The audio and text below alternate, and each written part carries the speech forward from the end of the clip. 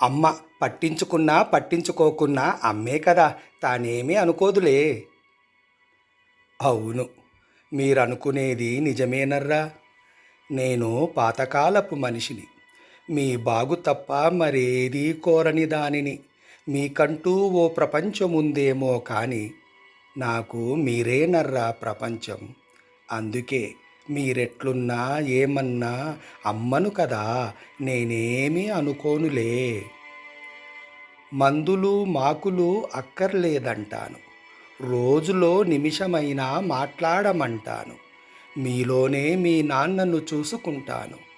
ఏ నొప్పైనా మీరు ప్రేమగా తాకితే తగ్గుతుందనుకుంటాను. తప్పు లేదులే, మీ లోకం మీది.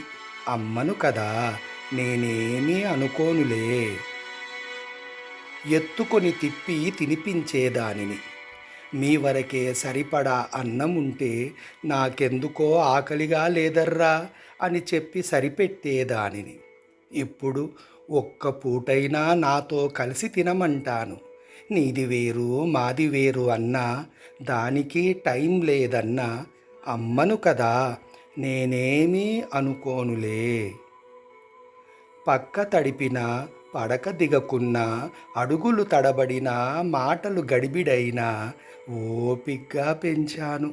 వయసుడిగింది, శక్తి సడలింది. అప్పుడు మీరు చేసినవన్నీ నేను చేస్తున్నానని, ముసలి కంపు కొడుతుందని అనుకున్నా. అమ్మను కదా, నేనేమీ అనుకోనులే. తల్లి రుణం తీర్చుకోవడం సులువే, మరేం లేదు. 25 సంవత్సరాలు మీకు పంచిన ప్రేమను ఇప్పుడు తిరిగి చూపితే చాలు. అమ్మ బాధ్యత బరువనుకుంటే, కాటికి కాళ్ళు చాపాననుకుంటే చాలు. కరువు కాలంలో కూడా నేర్పిన చదువును మరిచిపోతే చాలు. ఓ మూల నుండక నీవు నీ చాదస్తమనుకున్నా, అమ్మను కదా, నేనేమీ అనుకోనులే. మీ పనుల్లో మీరు, నా పనులైనా చేసుకోలేక నేను అలసిపోయాను కన్నా. ఇంకెందుకు ఇక్కడికొచ్చేయి అంటున్నాడర్రా మీ నాన్న. అనవసర కాలయాపనని నాకు తెలుసు.